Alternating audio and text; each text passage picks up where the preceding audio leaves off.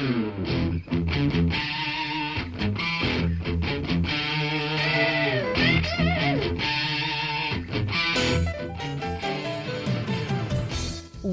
to Thriving Entrepreneur with your host, Steve Kidd, third-generation minister and 30-year business coach. Listen in as amazing, world-changing authors, speakers, and coaches share their struggles and victories. And hear from best-selling authors' insight into how you too can live your life as a thriving entrepreneur. This is Steve. Welcome to Thriving Entrepreneur.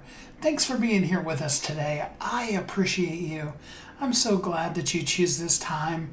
I always think of Mr. Rogers when I am starting this part of it, I also think of the end of the Carol Burnett show where she sang the song about being so glad we had this time together. I really do feel that way. I'm so glad to live in a neighborhood with you. Thanks for being you, and thanks for being here. Today we really do want to focus on, really maximizing the value of yourself, your time, the things that really you should be doing versus the things, and there went that word should, we'll get into that here in a minute, but versus the things that you feel like you're supposed to do.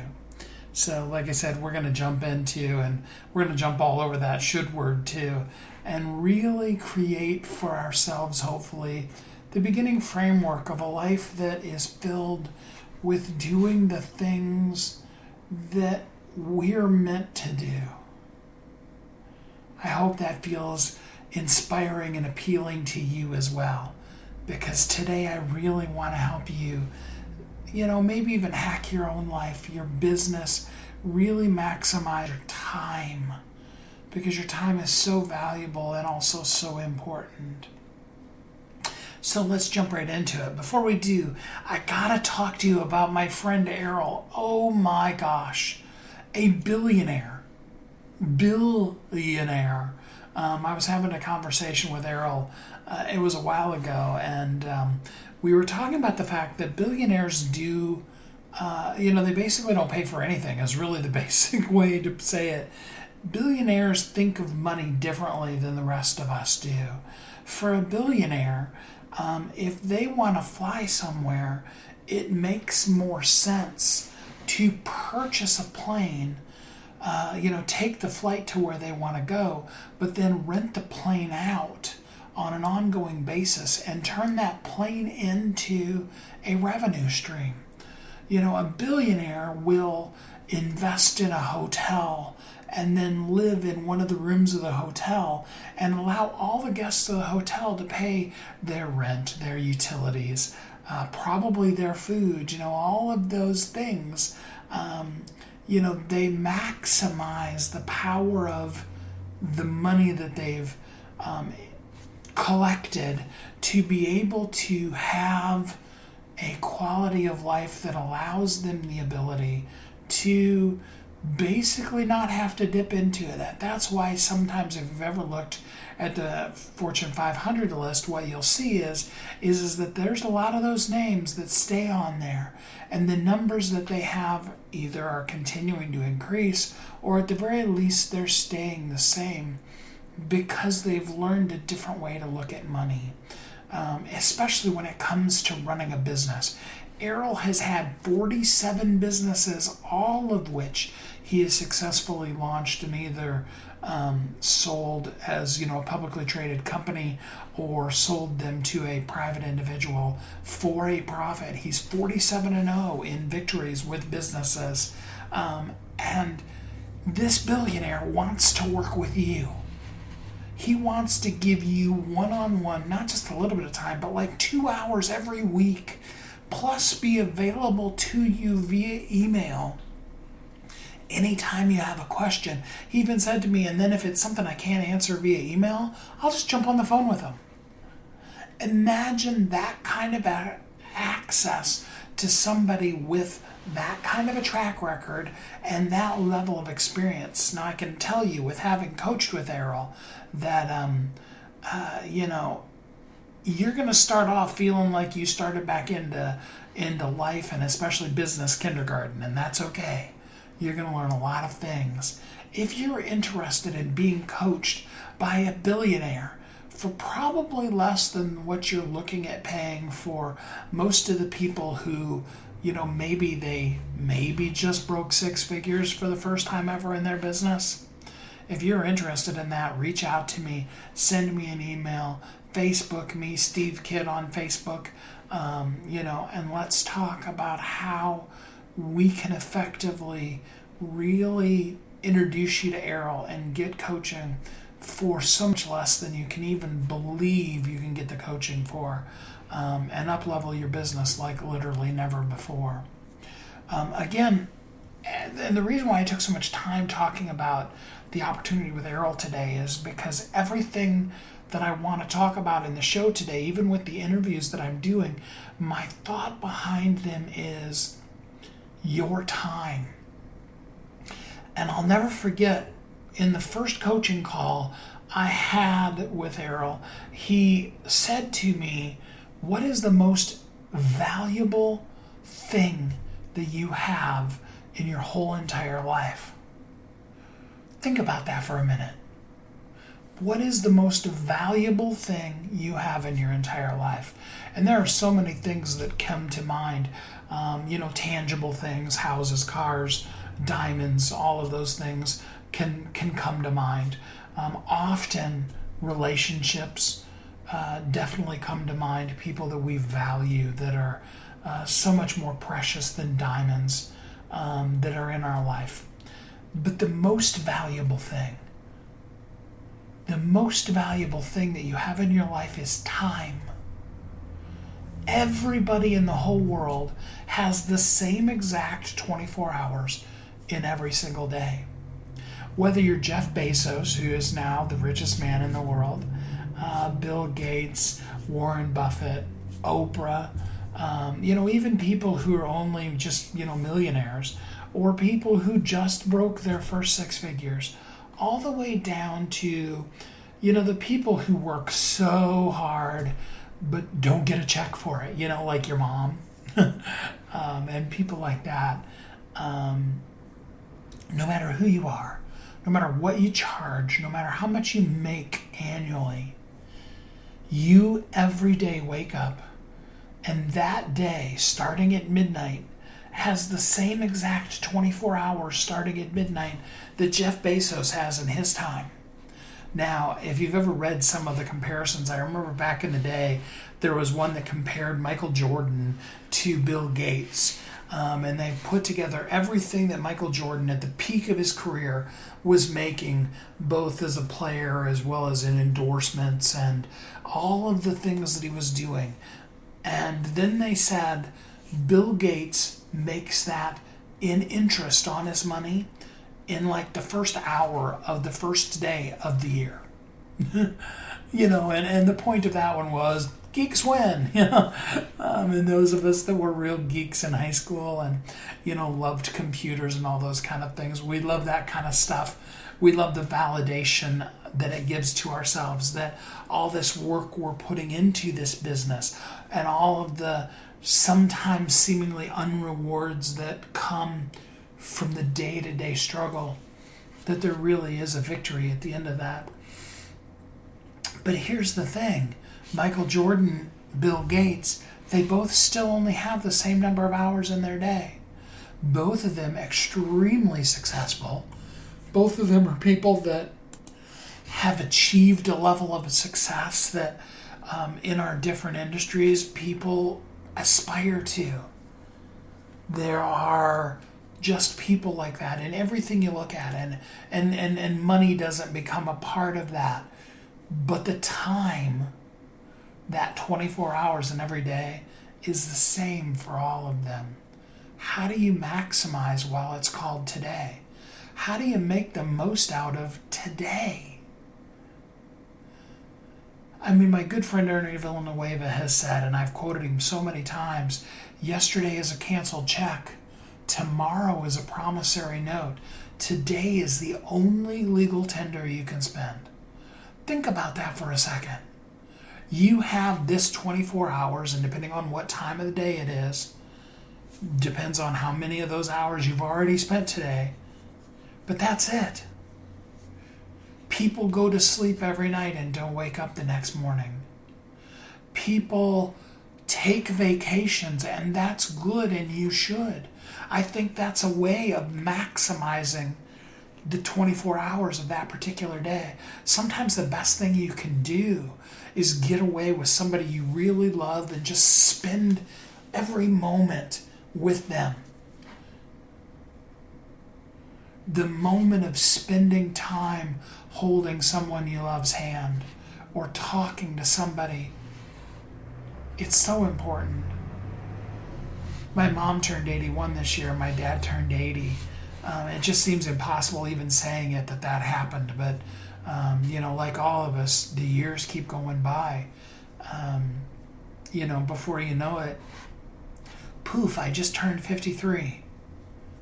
Time keeps passing by.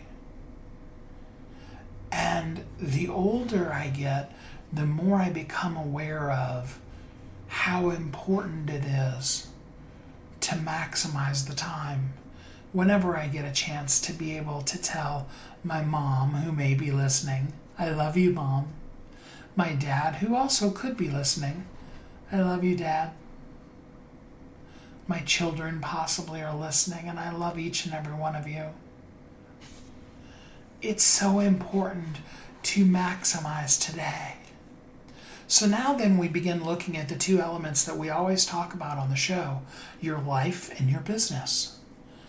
Think about your day. Think about all the time you waste in your day. I don't know about you, but I know for me, one of the big time wasters is what-ifing. I know none of you do that, but I do sometimes.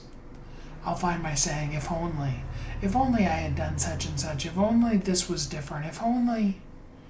You have no control over those ifs. You have control over right now. Can you be the best version of who you can be? Can you spend this minute the most powerfully you can spend it? Maybe the best thing you can do. I was watching a TV show the other day, and the lady, it was a trial thing, and I don't want to go into the whole show, but the lady was talking about how she was suffering from extreme depression, and then she discovered a song, and that by starting off each day singing that song at the top of her lungs, it changed her whole world. She started doing good at work. She started loving her life. What is that thing you can do in this minute that helps you love your life? What are the solutions, the hacks, if you will, even, that help you maximize the time of now? Now, the same thing's true in our business. We often, especially when we start off our company, we're the chief cook and bottle washer, as Susie Carter always says, we're the butcher, the baker, the candlestick maker, right? We do it all. But as we can, we need to learn how to let go. Is it really worth your time to spend the time scrubbing the floors when you could be spending that same, and it doesn't matter whether it's 5 minutes or a 3-hour job? What could you be spending that time doing that would be the most impactful in your life and in your business? What are the time wasters that you spend so much time doing that somebody else has that skill set? Here's the even bigger thing, and this one's going to really freak you out a little bit. There are some people that absolutely love doing that thing that you hate doing, that you're forcing yourself through today because you're supposed to, because you have to. Remember I said we were going to talk about should? I should do this.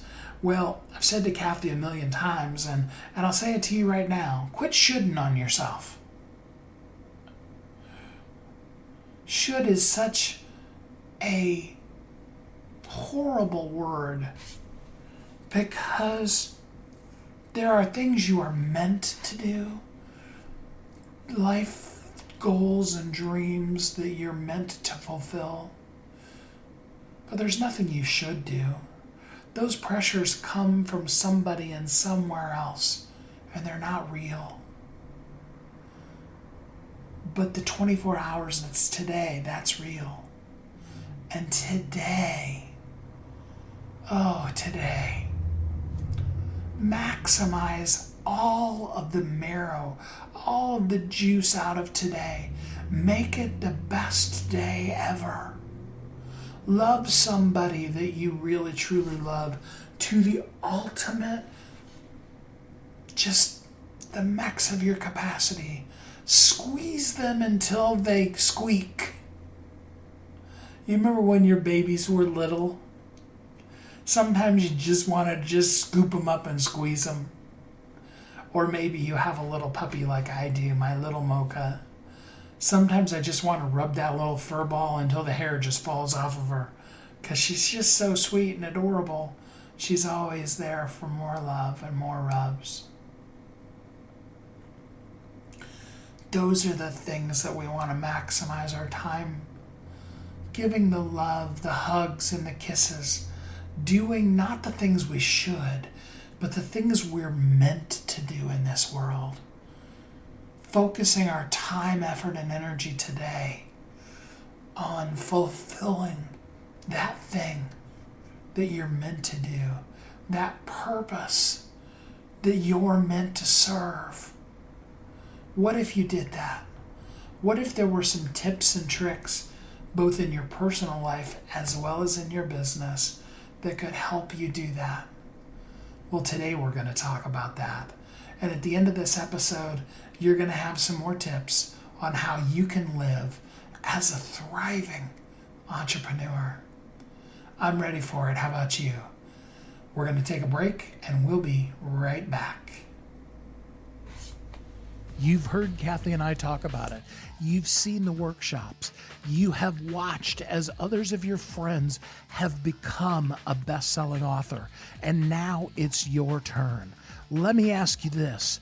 What would being a best-selling author do for your business? Over 80% of people surveyed said that they want to write a book, which means that if you're listening, you probably are one of those people.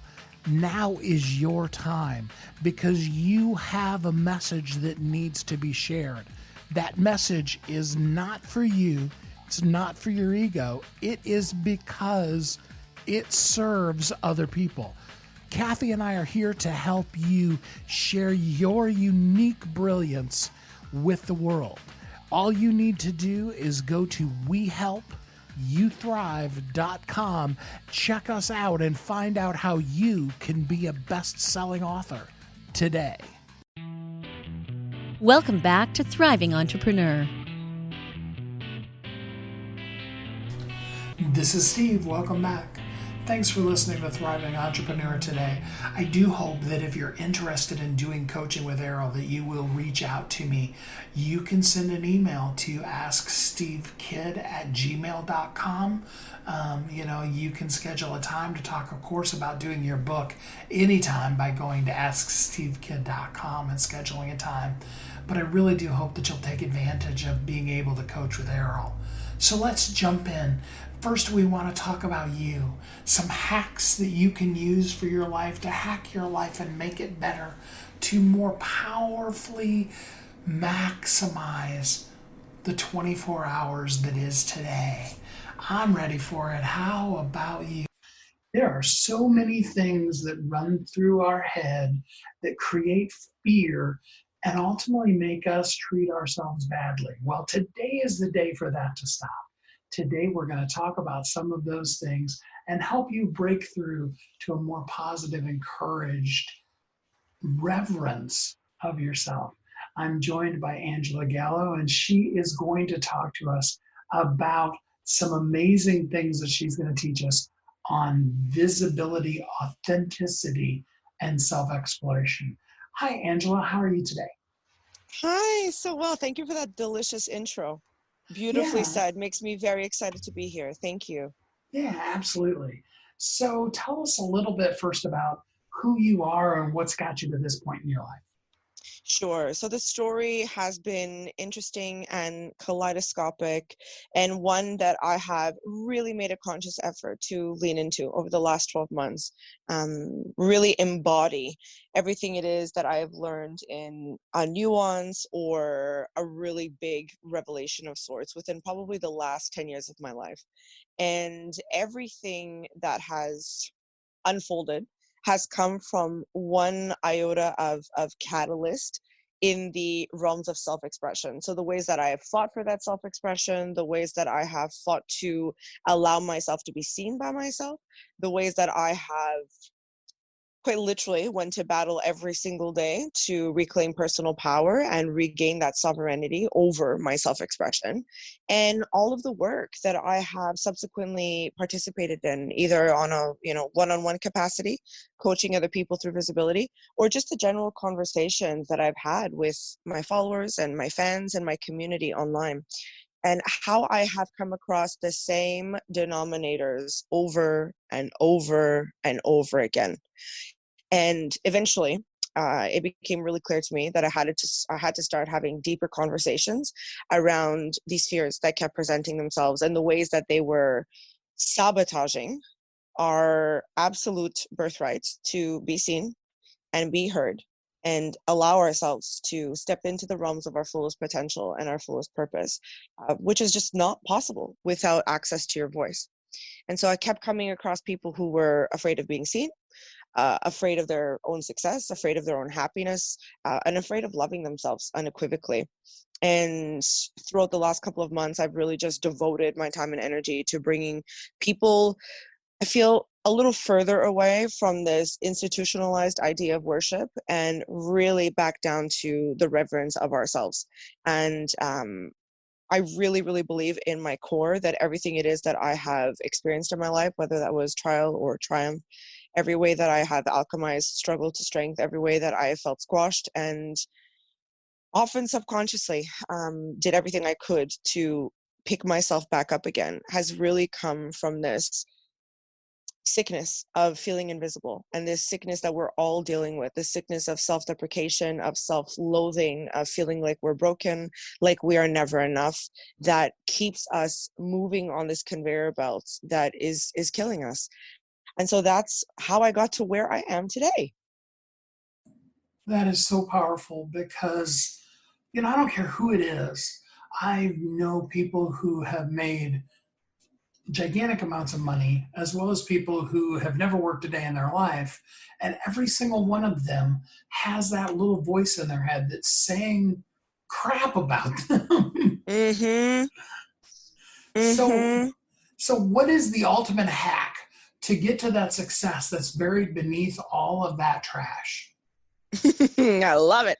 There is a immense amount of discipline required. That is the first thing. I don't think that people understand what a ritual this has to become and what a daily practice this has to become before it can become a discipline and before it can become a almost a non-negotiable. And it in my opinion all comes from knowing what it means to feel good and what it means to love yourself unequivocally, what it means to back yourself and believe in yourself no matter what. Until people actually use the sensory faculty, which is every sense available to them, and not just like the deprived version of that sense, but I mean really truly use the barometer that's in their body, the thermometer, the compass that is designed to lead them to what feels good. Until they truly know what it means to be in a place of not feeling like their life is meaningless because everything about their existence is meaningful, they will never know what they're fighting for. And so often one of the first things that I work on with people is not even I guess, rocket science, other than do you even know what it means to feel good? And we work through a lot of processes, and I bring them through the breakthrough and the breakdown. But on an individual level, that is absolutely what I'm going to implore everyone to do here today. Is when is the last time you actually felt good? And I'm not talking about junk food, drive-through good. I'm not talking about instant gratification. I'm not talking about the liquor and the drugs and the sex and whatever it is that you use to feel good in the moment. I'm talking about this full embodied sensation of being on purpose and being in flow. That is the place that you figure out what is worth fighting for. And frankly, this is the place that you fall back in love with yourself. Once you really move in a place where you are definite of that purpose, and by the way, people, your purpose will change moment to moment, day to day. You will not be the same person for the rest of your life. You have to say yes to the change. You are always changing. Once you get used to this idea of embracing that definiteness of purpose, and you know, like, okay, this is where I want to be, this is what makes me feel alive, you all of a sudden quite organically start moving into this place of self-love and self-respect, because the work that you are doing is being projected from a place of high frequency. You are attracting the people who need you. You are creating impact in their lives. And this creates a really amazing feedback loop where on a subconscious level, you start to see value in your existence and who it is you are and what it is you're doing. Once you get past that self-love stage, you can move into the self-ownership stage. This is the place where we take full ownership of who it is we are, what it is we need, our desires, our non-negotiables, our bodily autonomy. This is the place where we really know how to say yes when we mean it and when we want to say it, and no when we mean it and we need to say it. This is the place where we learn the language of our boundaries. It's where we learn the language of I want this, I need this, and I am completely comfortable asking for it. Once you embrace the self-love and the self-ownership, this is the only way to get through to that self-actualization. In that self-actualization, self-deprecation is not even a thought. I swear to you. When you have moved into these realms where you make this the foundation, all of the nonsense, the crap that fills your head, the Jiminy Cricket who's drunk on your shoulder, who's trying to convince you that you're the devil and you're terrible, all of that becomes an afterthought. It becomes something that you almost laugh at. And the hardest work, honestly, will come in the deconditioning, the unlearning, the voices that you grew up hearing and what they said about you.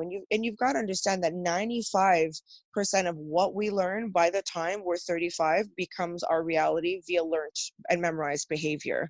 And a lot of us spend our entire lives simply just becoming the stories that people tell us about us. And so this has to be an unlearning, and it has to be a rewriting of that story. And as you rewrite that, as you become invested in your own story, you really, truly come to a place where you intimately know yourself and therefore love yourself by extension. There was so much in that. That was amazing. Thank you. My pleasure. So let's try to take it simple for people who have become experts at being mean to themselves. Yes, yes. So I bet one of the very first things you always hear is, but Angela, you don't understand what I've been through. Mm-hmm. Can you answer that? I will say that in a culture that is addicted to their bullshit, and I hope I can say that word here, addicted to their struggles and addicted to their sufferings, I am a master in confronting these illusions. I'm a master in confronting these disillusions, and I'm only a master because I had to confront them within myself. Cognitive distortion is a powerful thing. The excuses we feed ourselves is it's actually quite sobering. We have all been through something. The process of life is an ebb and flow. Everything about us is an ebb and flow. It is not possible to know your true self. It is not possible to know what you are made of or capable of. It is not possible to break through until you break down. And because so many of us are obsessed with not feeling anything because we feel that not feeling is safer, because we believe that chasing immortality and this illusion of living forever, not feeling anything, and feeling safe in the process, we live in this unrealistic set of parameters and expectations that basically deadlock us to the floor in this belief that we can't move forward until we feel better. We can't move forward until our revenge or our resentment or our anger disappears. And the first thing that I will tell everybody who is experiencing this kind of reaction to what I'm sharing here today on the show, which is, but Angela, you don't know what I've been with. It is this. It is your moral obligation to move from the feeling, not move after the feeling. It is your moral obligation to move from the place that is most authentic and most angry and most hurt and most alive within yourself. Because if you do not allow your full range of emotions to be seen within your own body, how will they ever feel safe to be seen within the world? If you do not give yourself a fighting chance at finding out what it means to be alive and finding out what it means to be happy for you, how is it possible that anything in the world is going to happen to you that is going to fill that void in a way that feels satisfactory? This is the fact. Universe, God, religion, whatever it is you want to call it, will only meet you where you meet it. And if you stay addicted to the story of yourself, that story will eat you alive. And it's our commitment to stagnation that is the problem. It is not our history. It is our inability to see what future is waiting for us because we are too obsessed dwelling on what happened in the past. Wow. There are some people that probably turned that off because they're not ready for that. Yeah, yeah. That's so awesome. I love that so much. So, let's talk to the bold person who didn't tune us out and is ready to, well, let's be honest, we are where we It's true. are. I love it. Uh, Yeah. so for that person who's ready to boldly take a step out of their trash, what is the very first step that they could turn off turn off the show right now and take action on right now? Many of us have a level of TV antennae. Okay, let's just call it that. TV antennae stuck at the top of our head. And we have whiskers, we've got the whole sensory faculty, and it is constantly processing information. It is taking in information energetically, physically, metaphysically, emotionally, and it is processing that information and it is reacting based on what it sees. The first thing I'm going to tell you is what is around you in your life right now that is allowing you to feel the way you feel? What is around you right now that is making you feel the ways that you feel? Who in your life is enabling you to believe that you are not worthy and that you are not of value, that your happiness is not important, that your safety is not priority, that your essence, your vitality is just not even somewhere in the important enough to be somewhere in the conversation? And often you will see that one of the very first things that you can apply or really just quite frankly take action on in your life is the company you keep. If there are individuals around you that are the kind of company you wouldn't keep when you are on Oprah's couch, they probably should not be in your circle right now. And this is really what it comes down to. If you're bold enough to hear what I have to say right now, it's going to be, what that old saying, you're the sum of the company you keep. That is absolutely true. And we're hardwired to be empaths, right? We're hardwired to be compassionate. We're hardwired to feel what other people are feeling. And if we put ourselves in relationships, business partnerships, situations where the individuals around us are energetically crushing us, sucking the life out of us, making us feel defeated, that is the one thing that I would take radical action on. And that is, how can you block and delete people from Facebook right now or Instagram that you don't feel safe around? What are the ways that you can stop talking or talking less to the people in your life that you feel like your self-expression can't actually be explored around? And mark my words, if you just start taking radical action around the people who are around you, you will start to see that much like the person who is afraid of being lonely and constantly needs to be around other people in order to be distracted from that loneliness, you too will see that you are distracting yourself from feeling what it is you're meant to feel and being who it is you're meant to be. And it's really important to understand that, in my opinion, loneliness is the prerequisite to leadership. And if we're talking about this self-love, the ways that radical self-love becomes possible, it has to become possible in the way we take radical responsibility in who gets to be around us in our day-to-day. Perfect. I absolutely love that. So, Angela, what can people do who want to dive deeper with you? How can they get in contact with you? Thank you. So if anyone listening here is, especially the bold and the brazen and the beautiful, as you just mentioned, wants to get in touch with me or have a look at what I am up to, definitely encourage you to visit my Instagram. There's a 65,000 K community there that are just absolutely stellar. And that is Instagram.com /the_Angela_Gallo. Alternatively, you can find me on my website at www.reverenceofself.com. This is where I make so much happen, including a multitude of online courses, mini courses, visibility coaching, oracle cards that really exist to prompt you as you learn to worship yourself at the shrine of your potential. And then I have a multitude of other things happening, like events nationally and internationally. I have my own podcast called Slaying the Status Quo in Total Style, which you can also find on all major players. And aside from that, Google me. And it's worth knowing that 95% of people who work with me have unfollowed me 3 to 5 times.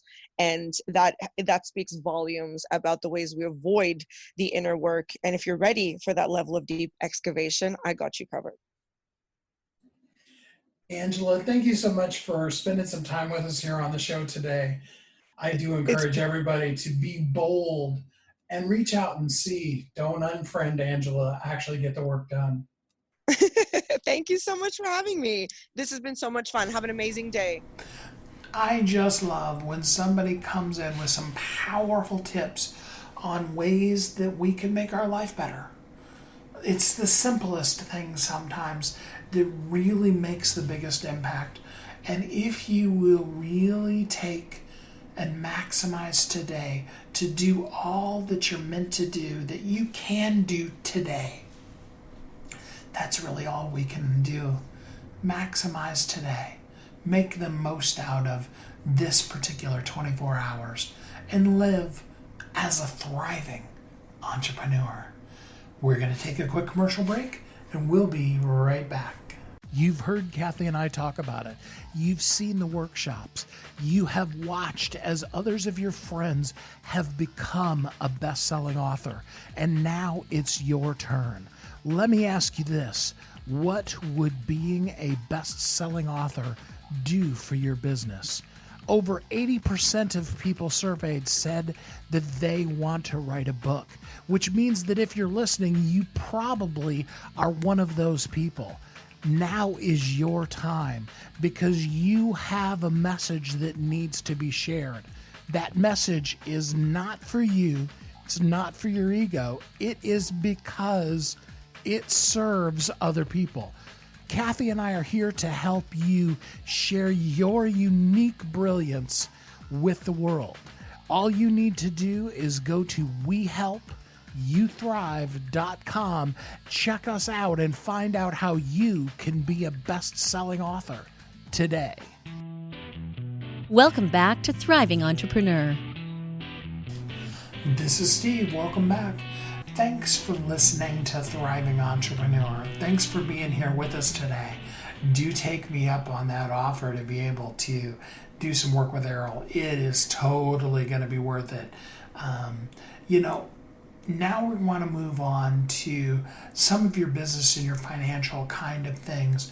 There are some things that we spend our time and our money on that are not wise investments, that are not good uses of our time. They don't maximize while it's called today. So I wanted to bring to you a guest that would be able to talk to you for a few minutes and share some insights into both some things that you can hire out to have done, as well as some options for some investing that you can powerfully do that'll be great for enhancing your life and your business.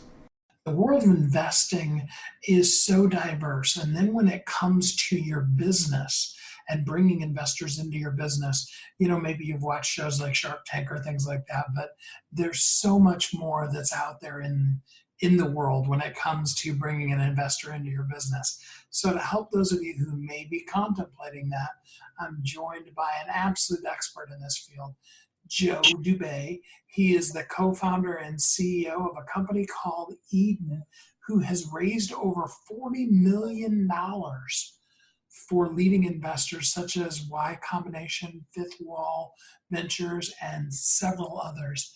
Join me in welcoming Joe Du Bey. Hey, Joe, how you doing today? Oh, I'm doing great. I'm doing well today. Thanks so much for having me. I appreciate it. Yeah, absolutely. So give us a little bit about your background, who you are, and what's got you to this point. Yeah. So, my background is, I guess, just to start all off, I studied finance in college and accounting, and I started, at this point, I guess my career is around it's around a little over 10 years old. But I'd worked in investment banking initially. So I worked for a couple years at an investment bank in New York City. And then I had a chance to work as an investor for a few years after that, kind of investing in companies, which gave me a lot of insight into, ultimately what an investor would care about. I had a chance to go to business school after that. And when I was over at school, I really wanted to build a company. I kind of could tell that while investing was interesting, it felt like I would just enjoy building a company more. And so I started working on Eden at that time. And now we've been working on it for almost 5 years. And what Eden is that we're a workplace management platform. And that basically means that companies use Eden to help run their office. We basically have 2 divisions within Eden. We have a facility management service, which is our services marketplace. Eden has a couple thousand service vendors that through our company will get lots of work, from janitorial vendors to snack vendors, tech support, handyman, all sorts of stuff like that. And office managers use our software and their account manager to help run their offices that way. And then we also have with Eden software that we sell on a SaaS basis. People can sign up for monthly subscriptions, and that's like ticketing and visitor management and all the kind of software side you might need to run a modern office. And so we've been hammering away. Now there's around 70 of us, and we're live across the United States and starting to launch some international markets as well. And as you noted, we raised $40 million from a number of leading investors and raised around a $25 million Series B just a few months ago. That's a lot of money. So, having been in the space during the pre-dot-com burst, if you will, Yeah. what is different? Because I know back then it was kind of how quickly can we spend the money and get more money? So what's different in the investment arena these days when it comes to bringing investors in? Yeah. I mean, I think you can still find examples of times where it just doesn't make any sense. Just like there was in like the .com bust days. I would say the biggest difference today is there's the businesses that are receiving a lot of funding. Many of them are actually validated. They have a tremendous amount of revenue. They often have really high gross margins. Some of them are cash flow positive. And I think, the poster children for like a successful business now in the kind of the new age, that despite having a lot of funding and a high valuation, is folks like Zoom or Slack, businesses that have just grown revenue substantially and I think have really high gross margins. And those are the ones that I think really have deserved their meaningful valuations. And I think at the same time, we've seen a number of businesses that were probably misvalued. Folks like WeWork, where they're being treated like their revenue was, SaaS, high gross margin revenue. And so you still see mess ups out there from some investors, but I think in general, the businesses now are a lot healthier and they really generate quite a bit of revenue and often positive cash flow. So what would a company who wants to be at a place where they can bring in some investors, but isn't there yet, what would be the kind of things they need to do to really be appealing to investors? Yeah, so I think it depends on the kind of company you want to build. So for us, we've always been very focused on building a company that could go public, that kind of scale. And if that's the kind of company you want to build, then a really big company, then there's a lot of startup investors that might be interested, especially if, you should be, ideally using technology in some innovative way that hasn't been used in a certain industry. And in that case, there's a whole host of seed investors and angel investors who think about kind of the early days of companies that aspire to eventually have, call it over 100 million of revenue. I think for most folks, that's like not really what they're trying to do. They're just trying to build a really great business that that doesn't need to have that sort of crazy scale. And I think that is that's a different path. For those kind of businesses, there's actually a growing number of investors that are often called angel investors, that are interested in investing, especially in a lot of the kind of direct to consumer type businesses. And I think the way you find those folks is a number of them, will allow people to kind of apply for potential investment on their website. You have to kind of Google search a lot to find out who are the people who consider themselves the domain experts. A lot of them are talking about things they like to invest in on things like Twitter. And then there's a website called AngelList that a lot of angel investors are on, and you can kind of figure out which ones are looking for new investments there as well. Perfect. So, we keep moving forward. Technology keeps us on our toes is probably the best way of putting it. How has technology impacted the world, especially when it comes to, what you do with workplace management and stuff like that? Yeah, so it's really transformed it. And I think it's, on the brink of transforming it. I think a lot of industries got transformed before. A lot of things that touch, especially stuff that's in the consumer's life, like when you're at home, that stuff's starting to get really modified in an amazing way, from, getting in an Uber when you need to get a ride, to booking an Airbnb if you're a consumer, to all the cool smart home stuff that's happening now out of Google and Amazon. There's so much cool stuff that's ready for the consumer, and a lot of it hasn't really, people hadn't thought about the office and how to make the workplace experience better. I think one thing that's come out of this WeWork, issue, a lot of the bad stuff with WeWork recently, that is good, is that people care a lot more about how they feel at work now, because folks like WeWork and some other companies have placed a premium on your experience at the office. And as a consequence, I think now people in companies are starting to increasingly have something called a workplace team, or some coming together of facilities and HR where they really care about people's experience at work. And so we're starting to see a lot of demand for different kinds of software and services in the office. So using Eden's services marketplace, we're seeing a lot of people start to get things like catering at the office. If they're expecting people to work long hours, especially in a lot of urban areas, then they're going to increasingly give them food. We're also seeing things like on the software side of what we offer, things like visitor management. They want guests to come in and have an easy way to check in and tell whoever they're visiting that they're there. So we have software for that on an iPad app. We're also seeing folks use our ticketing tool because they want to make it so it's easier for people to kind of raise their hand and say, hey, it's hot where I'm sitting, or the Wi-Fi is out, or whatever that is they might need to be working on. So in general, I think there's a reorientation towards, forever it was kind of like you go to work and it's just not a good experience. And I think increasingly they're saying, how can we use technology to make people have a better day at work and create a more consumerized experience when you're at the office?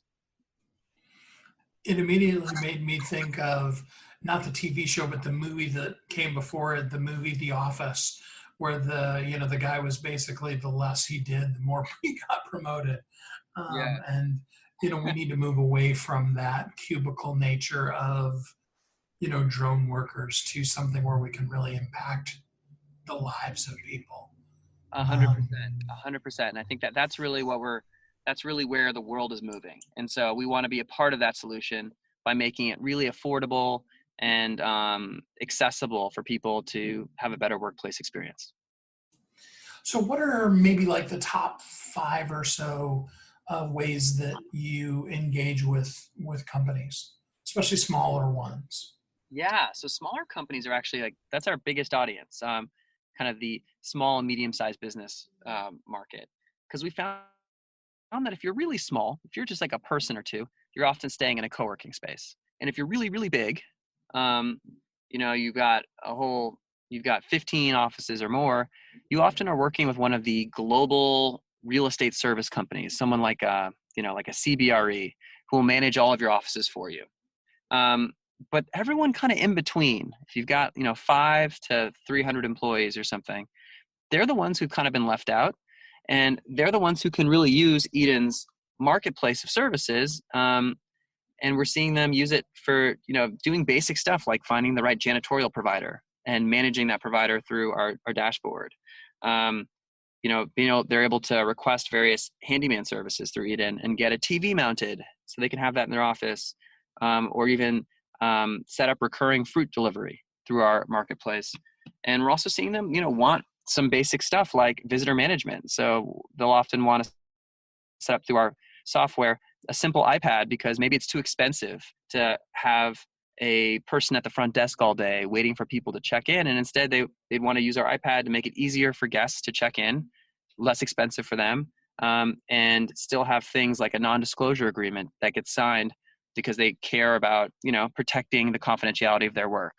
So there's some really small things that you can kind of get through Eden that will make your workplace run much better. So what are the resistances you're running into with people from just adopting your services as opposed to just continuing to hire it all out themselves? Yeah. So I think sometimes people will say, "Hey, I'm all set. I've got these 5 providers, and I worked with them for 20 years, and and in that case, like they might not want to move it over to a software dashboard to help them manage it. Sometimes people just don't have, very much need if they're a small enough office. So we find a lot of our clients really tend to have over 30 employees. When you're over 30, you tend to have a higher velocity, I'd say, of needs. So I find that to be true. I think one thing though is that when clients do come to Eden, I think they often find like how much simpler it is when you only have one invoice for all of your services, and when you get to start to use software to make your workplace better. But sometimes it's not obvious until they try it. So of course a person can go to eden.io and choose from use your services and a whole array of things. But what's something that a person who's beginning to look into this space should do to get more information as to whether or not their company is ready to make use of services like yours? Yeah. I think the things that would be good to do is kind of, assess. It's worth asking your office manager, or if you are the office manager, a lot of often office managers are also the CEOs and they wear a lot of hats, or it's part of someone's job. It's worth kind of checking in and saying like, do I feel like I'm getting the value that I expected out of the services that I'm paying for today?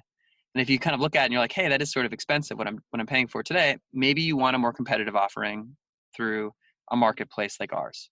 I think another thing to gut check is, does our office look and feel great? Is it easy for us to hire people that we need to hire?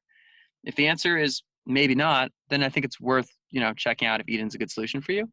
And I think the last thing is like, it's worth considering, are you having conversations at the office that are confidential and that would be helpful to have people sign an NDA when they walk in, a non-disclosure agreement when they walk in? And if the answer to that is yes, then that's another reason to consider our visitor management software. So I think it's just worth kind of doing a gut check on, are we spending a lot of money? Do we feel like we're getting a lot of value today? And are our basic needs being served? And Joe, is the best way for people to get in contact with you to go to eden.io? Yeah. If you go to Eden, EDEN.io, that's our website.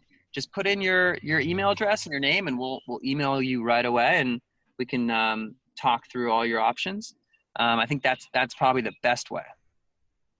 Perfect. Well, Joe, I appreciate you spending some time with us on the show today. Absolutely. Thanks so much, Steve. I hope that both in contemplating bringing investors into your business, in thinking about the things that you can outsource, in all of those kind of things, that you got the epiphany of how powerful it can be if you maximize your time. I really hope that you will do that. Greg and I have been talking a lot lately about a person's really the core of who they are. What is your really true definition of success? Greg believes in the definition of success so much that he actually refers to it as your DOS. What is your definition of success? What is your personal definition of success? If you don't know that, how do you know when you're going to reach it? Right? It's so important that we take the time, that we really maximize today in spending our time going after that personal definition of success. In spending our time casting our vision to the people that work with us, casting our vision to the people that we're meant to serve, so that we're doing more, we're doing better, we're helping enhance the lives of the people that we're meant to serve. Not because we're shooting on ourselves and, we should share this, we should be doing these things, but simply because the inspiration, the powerful gifting inside of us has to shine out. It's come through in everything you've done in your life. Even in the darkest of times, that little seed that maybe was buried in the ground, it was still there. It was gaining nutrients from the soil, and it was sprouting roots. The little teeny tiny sprout has a whole system of life below the ground before it ever pops its head up above the dirt. It has to have enough already built before it can face the cold and scary world. Same thing is sometimes true in our own lives. We look at those darkest of moments, those times when we've been at or near virtual death. But you made it through. You're here today. You showed up powerfully in those moments. And there's somebody now who's going through that same thing, and they would love for you to share it. One of the things that I know we're all meant to do is take that seed of who we are that shows up all throughout our life and share it with the world. Take that thing that we've been through and share it with somebody else so that maybe they don't have to go through it. So that maybe they can find themselves rejoicing in a place where you found only sadness. We're meant to help one another because each of us is uniquely brilliant. We were all created for a purpose. And I want you to hear this. The world needs you. To be just you. To live out the best version of who you are. When you do that, you will soar. You will thrive. You will make the difference in somebody else's life that only you can make. We would love to see you in Bestsellers Guild. We want to rejoice with you when that message goes out into the world. When you make the difference in even just one person's life. We want to celebrate with you as you live every day of your life as a thriving entrepreneur. Until next time, have a great week. Thanks for listening to Thriving Entrepreneur today. If you want to get your question answered, send an email to questions@wehelpyouthrive.com. We look forward to you joining us again next time. You've heard Kathy and I talk about it.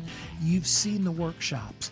You have watched as others of your friends have become a best-selling author. And now it's your turn. Let me ask you this. What would being a best-selling author do for your business? Over 80% of people surveyed said that they want to write a book, which means that if you're listening, you probably are one of those people. Now is your time, because you have a message that needs to be shared. That message is not for you. It's not for your ego. It is because it serves other people. Kathy and I are here to help you share your unique brilliance with the world. All you need to do is go to WeHelpYouThrive.com, check us out, and find out how you can be a best-selling author today.